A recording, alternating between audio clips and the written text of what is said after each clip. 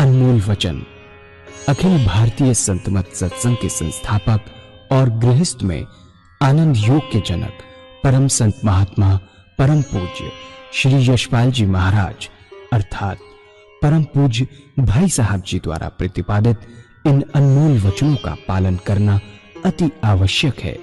ये वचन हमारी गृहस्थ आध्यात्मिक साधना के लिए मूलभूत सिद्धांत हैं, जो इस प्रकार हैं।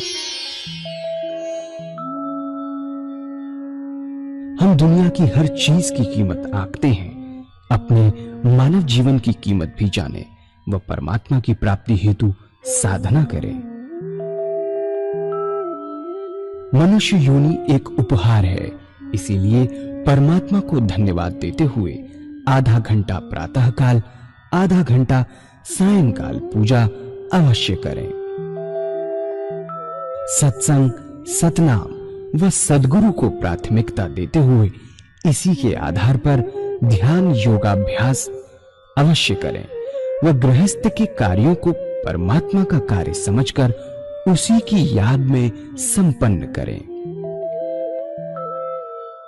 हर समय ये ध्यान रहे कि गुरु कृपा द्वारा परमात्मा की पवित्र सत्ता का हमारी आत्मा में वास है, अतः मन में निरंतर अपने इष्ट देव का जाप करें। मान सम्मान की इच्छा ना करें व अपमान से दुखी न हो। परमात्मा के अतिरिक्त किसी और का भय न करें। दूसरों की बुराई न करें, न सुने, सत्य व मधुर बोलें, अश्लील शब्द मुंह से ना निकालें, सभी से नम्रतापूर्ण व सुंदर व्यवहार करें। धर्म पत्नी के अतिरिक्त अपने से बड़ी से माता जैसा, बराबर की से बहन जैसा व छोटी से पुत्री जैसा व्यवहार करें। सांसारिक जीवन यापन की आवश्यकताएं अंतहीन है, इसलिए अधिक से अधिक समय सत्संग में व धन परोपकार में खर्च करें। याद रखें, न स्त्री माया है, न धन दौलत, न ही परिवार। माया वह है जो हृदय को परमात्मा से दूर हटा दे। अतः निरंतर सत्संग और सद्गुरु की शरण में रहने का प्रयास करें। भोजन अपने इष्ट को अर्पण कर प्रसाद रूप में परमात्मा की याद में करें। रात्रि में सोने से पहले अच्छे बुरे कार्यों का आत्मनिरीक्षण कर उसका समुचित पश्चाताप करते हुए ध्यान करें व प्रभु की गहरी याद में ही विश्राम करें। परमात्मा तू ही है, तेरी इच्छा पूर्ण हो।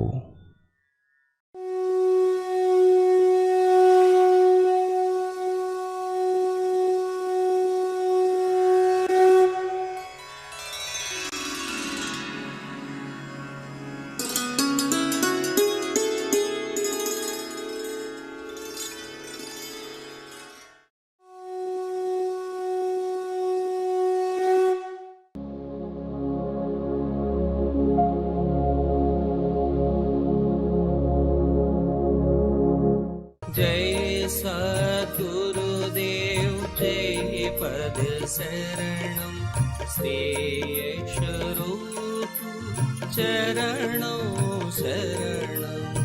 जय सद्गुरुदेव जय पद शरणं श्रेयस्वरूप चरणों शरणं। जिसका गहरा संस्कार बना वह गहरा छेद बन गया, उसकी मेमोरी स्टोर हो गई और कभी भी याद हो जाती है, हमें पता चल जाता है, याद आ जाती है उसकी जो छोटी बातें थी, जिनका संस्कार हल्का बना, वे सब भूल गए, उनका हमें ध्यान ही नहीं। जब राम नाम हृदय से लेते हैं, संस्कार हृदय से याद करने से बनते हैं, हृदय पर वह संस्कार बनता है। संस्कार हमारी आंखों से बनता है, संस्कार हमारी जिह्वा से बनता है, ज्यादातर संस्कार हमारी आंखों से बनते हैं। जैसे सेवक ने बताया, जितना गहरा संस्कार बनता है उतनी मेमोरी गहरी स्टोर होती चली जाती है। अब हम हृदय से परमात्मा की याद करते हैं तो दिमाग में धीरे धीरे प्राण वायु की गति के साथ साथ जाप चलता रहता है। क्षण भर को भी फिर नहीं भूलते। धीरे धीरे हमारी प्राण वायु ऊपर मस्तिष्क पर बहती है, पूरे सिर में फैलती है और याददाश्त के छिद्रों को बड़ा करती चली जाती है। और एक दिन ऐसा आता है कि जब ये याद परिपक्व हो जाती है तो हमारे मस्तिष्क पे चोटी के साथ आर पार छेद हो जाता है। अंडे जैसी शक्ल की चीज हमारे मस्तिष्क में है। ये छेद इस अंडे के आकार के आर पार होता चला जाता है और फिर प्रैक्टिकल प्रत्यक्ष अनुभव होता है कि बड़ी आनंदमयी मीठी मीठी बूंदें यहां से चोटी के स्थान से कमर के पीछे गर्दन से होती हुई टपकती है। कमर के बीच में इन अमृत बूंदों के टपकने से बड़ा आनंद आता है। जब ये बूंद टपकती है तो रोंगटा शरीर का खड़ा हो जाता है। संसार के किसी भी भोग में इतना आनंद नहीं जितना इस बूंद के टपकने में है। इस बूंद के टपकने की एक और विशेषता है कि ताल के साथ इक्वल इंटरवल पर टपकती है। अगर एक बूंद टपकी तो उसके 3 सेकंड बाद दूसरी, 3 सेकंड बाद तीसरी। इन बूंदों के टपकने से सारा शरीर प्रकाश और आनंद से भर जाता है। शरीर का रोंगटा खड़ा हो जाता है। ऐसी सुंदर अवस्था प्राप्त होती है। कबीर साहब बगैर पढ़े लिखे थे, लेकिन उनकी विद्या बड़ी प्रैक्टिकल थी। अनुभव युक्त संत थे। उन्होंने इस अवस्था का बड़ा सुंदर वर्णन किया है। उन्होंने कहा है कि चुअत अमीरस भरत ताल, जहां शब्द उठत आसमानी हो, सूरज समानी सिंध में नई कुछ जात बकानी हो। चुअत अमीरस, अमृत रस की बूंदें टपकती है। अमृत से ज्यादा आनंद वाली कोई दूसरी चीज ही नहीं। अमृत रस की वर्षा होती है। अमृत कैसे बरसता है?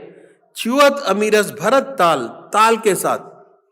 ताल के माने इक्वल इंटरवल। तबले की ताल, हारमोनियम की ताल से जो रिद्म पैदा होता है उसको हम ताल कहते हैं। चुअत अमीरस भरत ताल, जहां शब्द उठत आसमानी हो, उस प्रभु की याद को शब्द कहते हैं।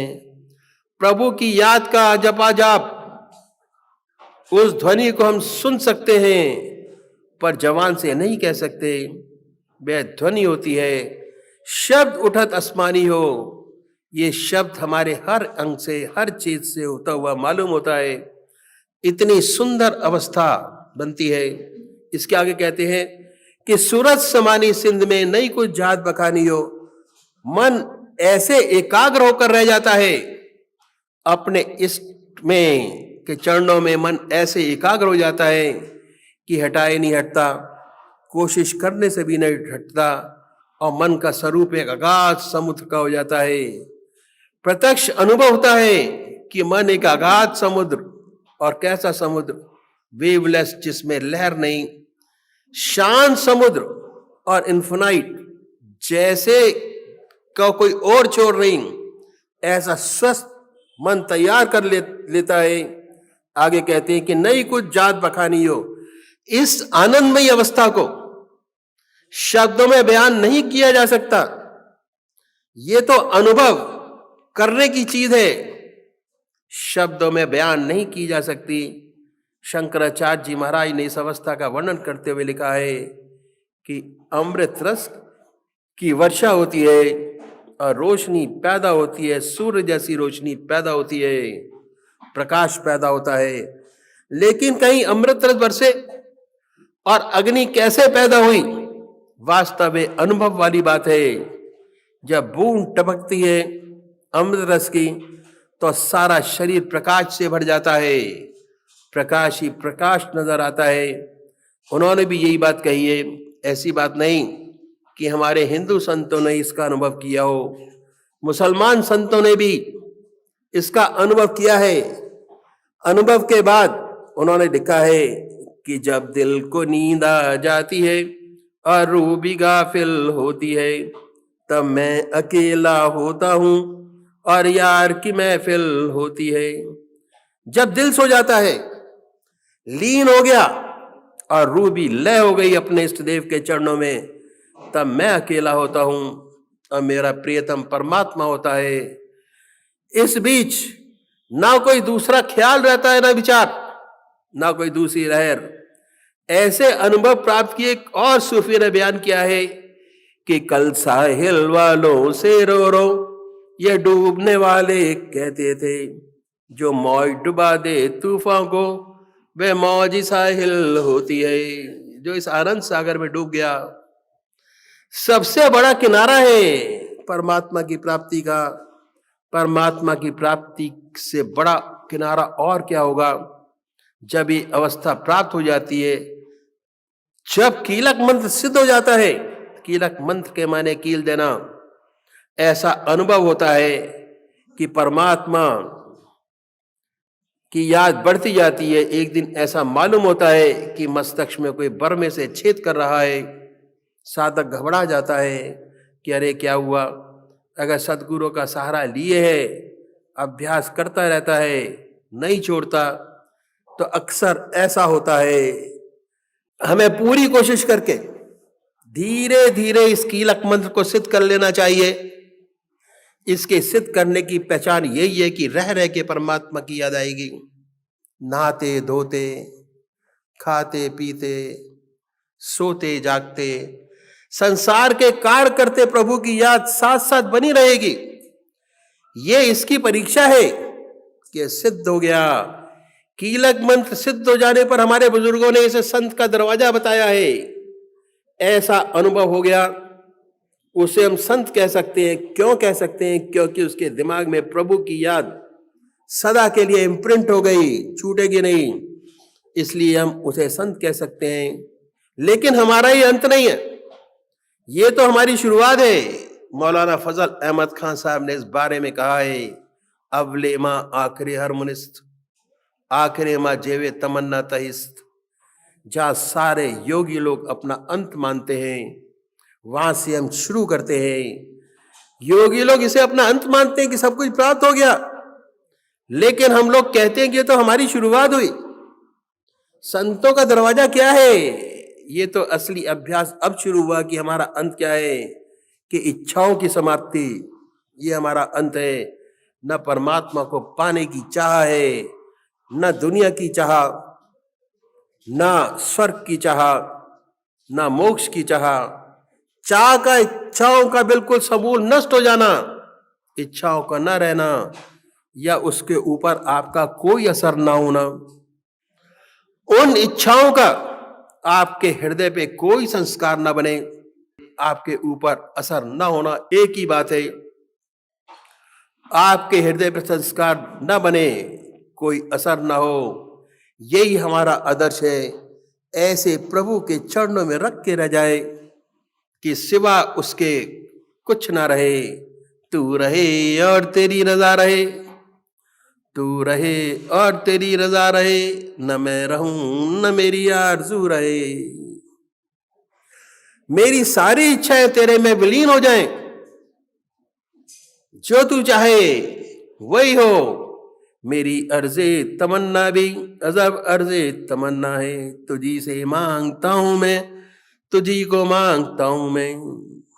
मेरी अर्ज़े तमन्ना भी अदब अर्ज़े तमन्ना है, तुझी से मांगता हूं मैं, तुझी को मांगता हूं मैं। यही मेरी एक इच्छा है कि सिवा तेरे कुछ नहीं चाहिए, सिवा तेरे चरणों के किसी भी चीज की आवश्यकता नहीं है, ना ही मैं चाहता हूं। लेकिन तेरे चरणों की रज मिलती रहे, वह मुझसे छिन न जाए। सच्चे भक्त का अभ्यास, साधन, जो भी कुछ आप कहिए वही होता है। गुरुदेव इस बारे में एक सुंदर बात बताई कि देखो, इसमें भी आनंद है। ध्यान योग में बहुत आनंद है, बहुत जबरदस्त आनंद है, लेकिन इसकी चाहत भी छोड़ दीजिए। इसकी चाह भी मत करिए, ये भी शरीर से आ रहा है। प्राण वायु शरीर में स्पंदन कर रही है, उसी का आनंद है। शरीर भी हमेशा रहने वाला नहीं। जो सच्चा योगी है ना आनंद चाहता है, ना आनंद से सुखी होता है, ना दुख से दुखी होता है। मुसीबत आती है उससे परेशान नहीं होता, दुखी नहीं होता। आनंद आता है उसमें अपने आप को भूल नहीं जाता। वह प्रभु के चरणों को कस के पकड़ता है और धीरे और कस के हर हाथ में उसको पकड़े रहता है। धीरे धीरे जब ये अभ्यास बढ़ता है तो जितने हमारे स्पिरिचुअल ग्लैंड्स हैं, आध्यात्मिक चक्र जिन्हें कहते हैं, वे खुलने शुरू हो जाते हैं।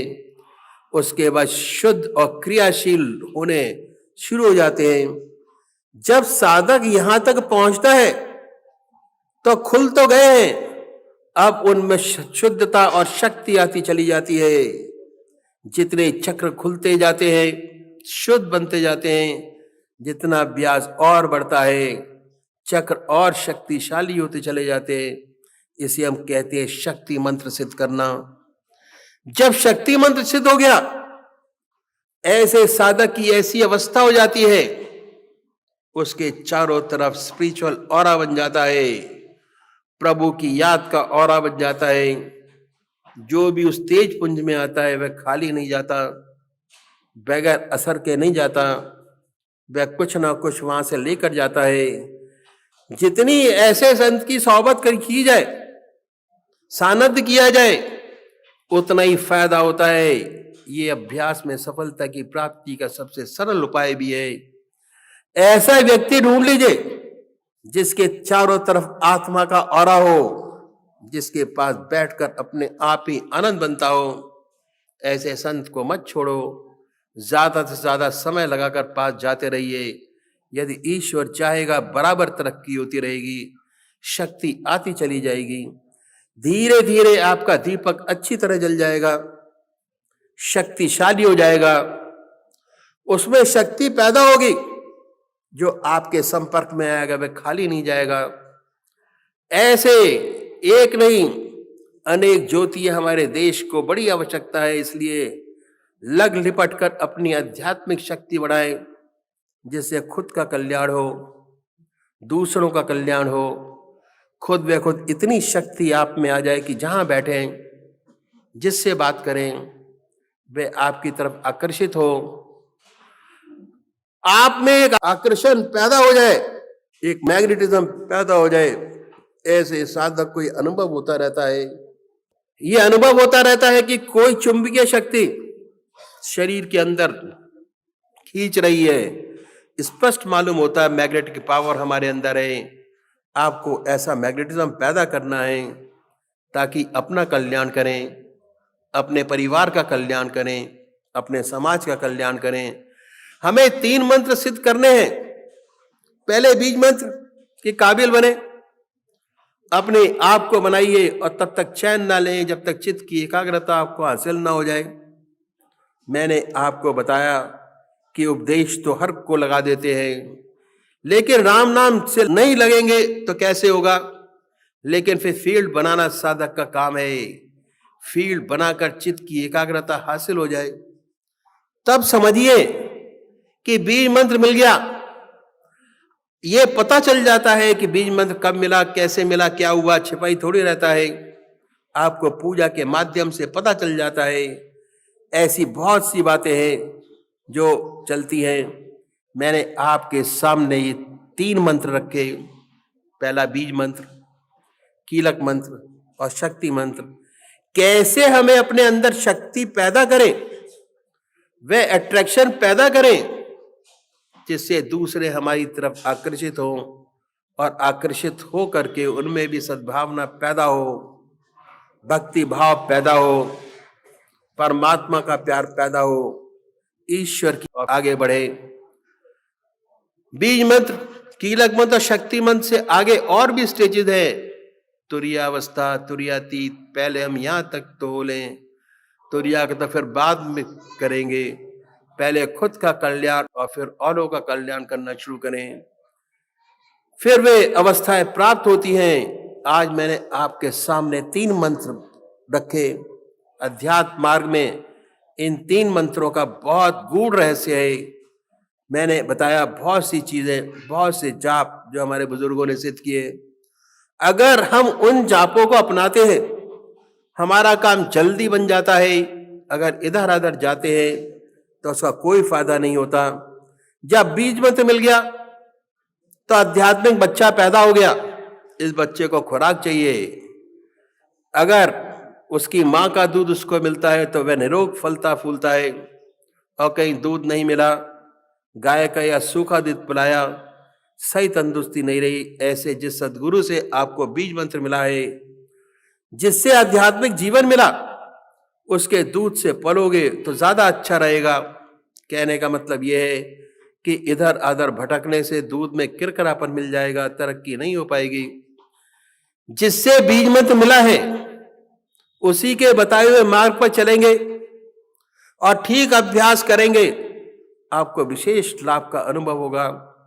अगर इधर उधर भटकेंगे तो कोई फायदा नहीं। बहुत सी चीजें मिल जाएंगी तो उतना लाभ शायद नहीं होगा, उतनी जल्दी लाभ ना हो जितना ऐसे साधक को होता है जो जन्म देने वाली माँ के दूध का सेवन करते हैं। इस सेवक के गुरुदेव कभी कभी कहा करते थे, सबसे भले है मूढ़ मत जिन्हें व्यापे न जगतगत। जिनको जगत का व्याप्ति है वे भ्रम में ही रहते हैं, कभी यहाँ तो कभी वहां, कुछ नहीं कर पाते। जो मूढ़ मत है कम से कम लगा तो रहते हैं, तो उसे अनुभव भी हो जाता है, भक्ति भी प्राप्त हो जाती है, ज्ञान भी प्राप्त हो जाता है। अक्सर गुरुदेव कहा करते थे, और एक बात और कहते थे कि हमें अपना पात्र बनाना है, अपने हृदय को मुलायम बनाना है। हमारा हृदय मुलायम बने, कठोर ना रहे। वे कहते थे कि गुरु बेचारा क्या करे, जब हृदय भया कठोर, 9 नेजे पानी चढ़ा तब भी न डूबी कौर।